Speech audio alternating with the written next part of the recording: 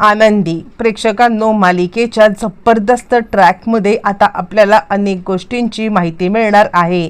मालिकेमध्ये आपल्याला माहिती आहे की या सगळ्यामध्ये आता म्हणजे आनंदीला दिसत नाहीये।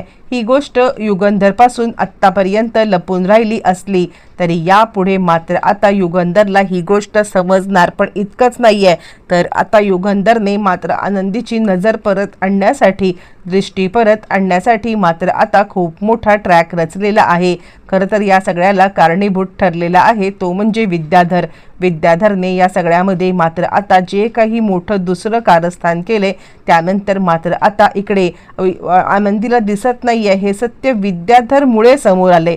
हो प्रेक्षकांनो, विद्याधरमुळे जरी सत्य समोर आलं असलं तरी त्यावरती मात्र आता जो काही तोडगा काढण्यात आलाय त्या तोडग्यावरून पुढे काय घडलंय, कसं घडलंय आणि आता एका डोळ्याने आनंदी पाहायला लागलेली आहे। बरं, एकाच डोळ्याने का पाहायला लागले, त्याचं काय सत्य आहे, अनेक प्रश्नांची उत्तर आहेत जी या व्हिडिओमध्ये आपल्याला पाहायला मिळणार। इकडे आता जाण्याची सगळी तयारी झालेली आहे आणि आता लगेचच सांगायला लागतोय तो म्हणजे स्वतः आता युगंधर शिर्केंना की शिर्के लवकरात लवकर गाडी इकडे काढा आणि आनंदी आणि मी आत्ताच्या आत्ता निघतोय। आणि त्यावरती मात्र आता शिर्के सांगायला लागतात, मालक साहेब म्हणजे आनंदी आणि तुम्ही दोघंच निघताय का? शिर्केंना पण ही भीती आहे जी भीती आनंदीला आहे, कारण आता शिर्केंना सुद्धा माहिती आहे की या सगळ्यामध्ये जर का आता इकडे मालक साहेब आणि आनंदी हे दोघंच जण गेले तर मात्र तिकडे गेल्यावरती अनेक गोष्टी आता उलट्या सुलट्या होऊ शकतात। या सगळ्यामध्ये मालक साहेबांना मात्र आता सत्य समजलं की आनंदीला दिसत नाहीये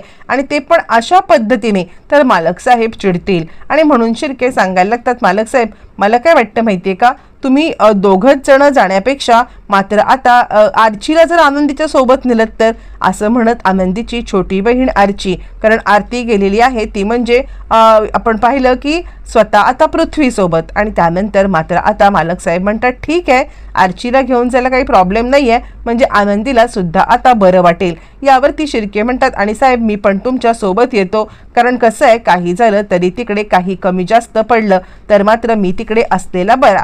यावरती ते म्हणतात हो शिर्के तुम्ही तर यायलाच पाहिजेत तिकडे। असं म्हटल्यावरती शिर्के आणि आरची असं चौघांनी जायचं इकडे ठरलेलं आहे। आणि त्यानंतर मात्र आता युगंधर म्हणतोय सगळी तयारी करा आणि आता आनंदीला जरा शॉपिंगला घेऊन जा, म्हणजे आता तिला 4 कपडे चांगले आणि तिकडे स्टेजवरती जाण्यासाठी तिला जे काही घ्यायचं आहे ते सगळं आता तुम्ही तिला घेऊन द्या। असं म्हटल्यावर ती मात्र आता लगेचच इकडे शिर्के सांगायला लागतात ठीक आहे तुम्ही काळजी करू नका, आनंदीला जे काही आणायचं आहे ते सगळं आता इकडे मी तिला आणून देतो। असं म्हटल्यावर ती मात्र आता लगेचच इकडे युगंधर खूप खुश झालेला आहे आणि तो निघालेला आहे। तितक्यातच शिल्पाला पण टेन्शन आले की अशा पद्धतीने जर का आता युगंधरच्या समोर सत्य आणलं तर आनंदीला ब्लॅकमेल करण्यासाठी माझ्यासोबत काहीच राहणार नाहीये, किंवा मला या सगळ्यामध्ये आता मात्र आनंदीला ब्लॅकमेल करण्यासाठी कोणत्याही परिस्थितीमध्ये म्हणजे तिच्याकडे काही हुकमी एक्काच नाहीये ना, आत्तापर्यंत ती याच हुकमी एक्क्यावरती आनंदीला ब्लॅकमेल करू शकत होती। मग त्यानंतर ती आता फोन लावते, म्हणजे शिर्के आता फोन लावून इकडे आता आणि त्यानंतर ती सांगायला लागते की हॅलो युगंधर, म्हणजे आता तू एकटाच चाललेला आहेस का? ती म्हणते मी पण तुझ्यासोबत येते। यावरती युगंधर म्हणतो ताई तू येतेस? खरं तर शिर्के आणि आता आनंदीची छोटी बहीण आरची हिला मी घेऊन चाललो होतो। आणि त्यावरती मात्र आता ती सांगायला लागते असं प्लॅनिंग ठरलंय का तुमचं? नाही तर माझा विचार होता की आता मी या सगळ्यामध्ये तुझ्यासोबत येत होते। यावरती तो म्हणतो ठीक आहे ताई तुला यायचं असेल तर ये। शिर्के आता म्हणजे इकडे युगंधर विचार करायला लागतो ताई कशी काय? आत्तापर्यंत तर आता ताई आनंदीसोबत कधीही कुठेही जाण्यासाठी नेहमीच नकार द्यायची, मग आज ताई कशी काय तयार झाली? त्याच्या आता डोक्यामध्ये बरेचसे उलटे सुलटे विचार आता आलेले आहेत, पण तो ते विचार झटकतो आणि शिर्केंना सांगायला लागतो शिर्के निघण्याची सगळी तयारी करा, लवकरात लवकर निघूया। आणि त्यानंतर मात्र आता शिर्के इकडे आनंदीला भेटायला, आणि त्यानंतर शिर्के आता आनंदीला सांगतात आनंदी तू टेन्शन घेऊ नको, मला आता समजलं होतं की तू या सगळ्यामध्ये कसलं टेन्शन घेतलेलं आहेस ते। यावरती ती म्हणते कळलं ना तुम्हाला, म्हणजे काही झालं तरी सुद्धा मला असं वाटतंय की मालक साहेबांना अशा पद्धतीने सत्य समजायला नकोय। शिर्के म्हणतात तू काळजीच करू नकोस, मला आता या सगळ्यामध्ये सगळंच म्हणजे मला समजतंय की तू जे काही बोलतेस ना ते सगळं बरोबर आहे. हे बघ, एक काम कर, मी मालक साहेबांना मनवलेलं आहे की आर्चीला या सगळ्यामध्ये मात्र आता नेण्यासाठी. आनंदी खूपच खुश झालेली आहे. आर्ची माझ्यासोबत असेल तर मला काहीच टेन्शन नाही आहे असं म्हटल्यावरती शिर्के म्हणतात, त्याचसाठी मी हे सगळं केलेलं आहे, तू चिंता करू नकोस आर्ची, तू आणि मी पण तुझ्यासोबत आहे. यावरती आनंदी म्हणते, खरंच शिर्के, तुम्ही आता एखाद्या मोठ्या भावाप्रमाणे मला या सगळ्यामध्ये इतकी मदत करताय ना, मला खरंच तुमचे खूप आभार मानावेसे वाटताय. शिर्के म्हणतात, असं करू नको आनंदी, खरं तर या सगळ्यामध्ये मालक साहेबांना सत्य कळणं गरजेचं आहे.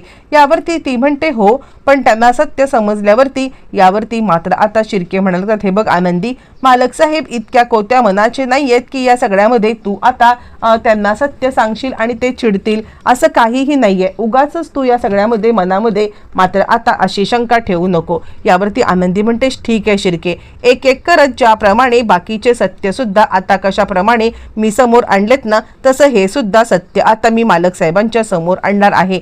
मग त्यानंतर मालक साहेबांनी माझ्याबद्दल काहीही विचार केला तरी मला फरक पडत नाहीये. आणि आनंदी आता इकडे समिधाच्या फोटोच्या इथे आले आणि दुसरं धाडसी पाऊल उचलण्यासाठी ती आता निघालेली आहे. ती विचार करते की एकदा का हा आता म्हणजे हे होऊन जाऊ दे, एकदाचं हे फंक्शन होऊन जाऊ दे आणि ते फंक्शन झाल्यावरती मालक साहेबांना सगळं सत्य मी सांगणार आहे. आनंदी आता समिधाच्या फोटोच्या इथे येते आणि समिधाच्या फोटोच्या इथे येऊन आता ती पाया पडत सांगायला लागते, समिधाताई, मला माहिती आहे की मी आत्तापर्यंत जे पाऊल उचलले ते आता या घराच्या भल्यासाठीच उचललेलं आहे आणि आत्तासुद्धा मी जे पाऊल उचलायला निघालेली आहे ते सुद्धा भल्यासाठीच आहे. काहीही झालं तरी मालक साहेबांपर्यंत आता हे सत्य पोहोचलंच पाहिजे, कारण असत्यावरती चालू असलेला हा व्यवहार मला आता फार दिवस चालू ठेवायचा नाहीये. बरं, हे सगळं बोलल्यावरती इकडे आता विचार करायला लागतोय तो म्हणजे विद्याधर. आणि विद्याधर विचार करतोय, तर ही आनंदी आता युगंधरला सुद्धा सत्य सांगायला निघाले, यात सुद्धा ट्विस्ट मला आणलाच पाहिजे. हिने सत्य सांगायच्या आधीच मला जर का आता सत्य मालक साहेबांना म्हणजेच युगंधरला सांगता आलं तर मात्र आनंदाचीच गोष्ट आहे. आणि तो आनंदीला सांगायला लागतो, काय तुझा कॉन्फिडन्स मात्र आता नेक्स्ट लेवलला आहे, तुला या सगळ्यामध्ये युगंधरला बी सत्य सांगायचं आहे का? अगं युगंधरला सत्य सांगितलंस तर हाताला धरून तुला हाकलून लावेल.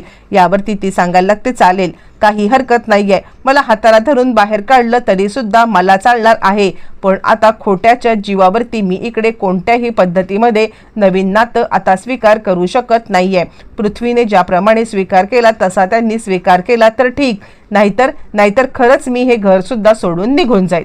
आनंदी आपल्या मतावरती ठाम आहे की एकदा का फंक्शन झालं की आता सगळं सत्य सांगायचं. आणि का कुणास ठाऊक तिला आता खूप आनंद झालेला आहे, कारण तिच्या मनामध्ये खोट्याची सल मात्र सतत बोचत राहिलेली आहे आणि सतत या सगळ्यामध्ये तिला आता खोट्याचा कंटाळा आलाय झाले. मालक साहेब आणि आनंदी जायला आणि त्याच वेळेला मात्र आता इकडे आनंदी युगंधरला थांबवते. युगंधरला थांबवत आता सांगायला लागते, मालक साहेब, मला आता तुम्हाला अवॉर्ड फंक्शन नंतर काहीतरी सांगायचं आहे. असं म्हटल्यावर ती मात्र आता युगंधर म्हणतो, काय तुला बोलायचंय तरी काय, बोल ना.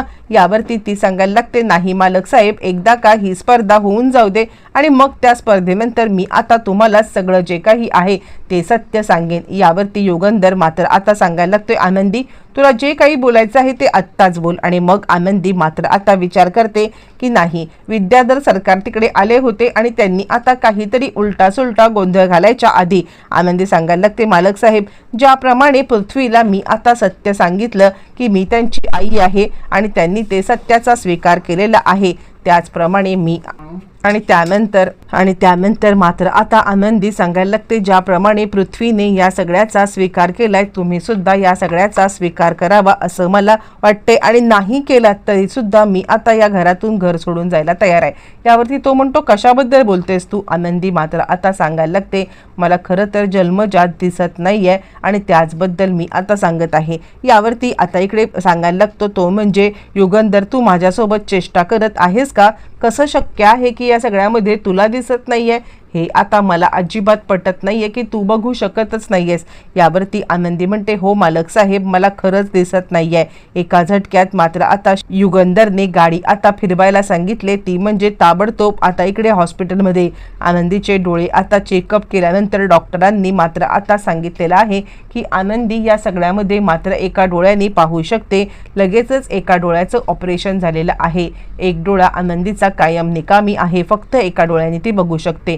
पण एका डोळ्याने मात्र आता जग बघणं हे सुद्धा किती सुखावह आहे हे आनंदीला कळणार, आणि हे सुख तिला मिळालेलं आहे ते म्हणजे युगंधरमुळे, आणि त्यामुळे तिचा आनंद आता द्विगुणित होणार आहे।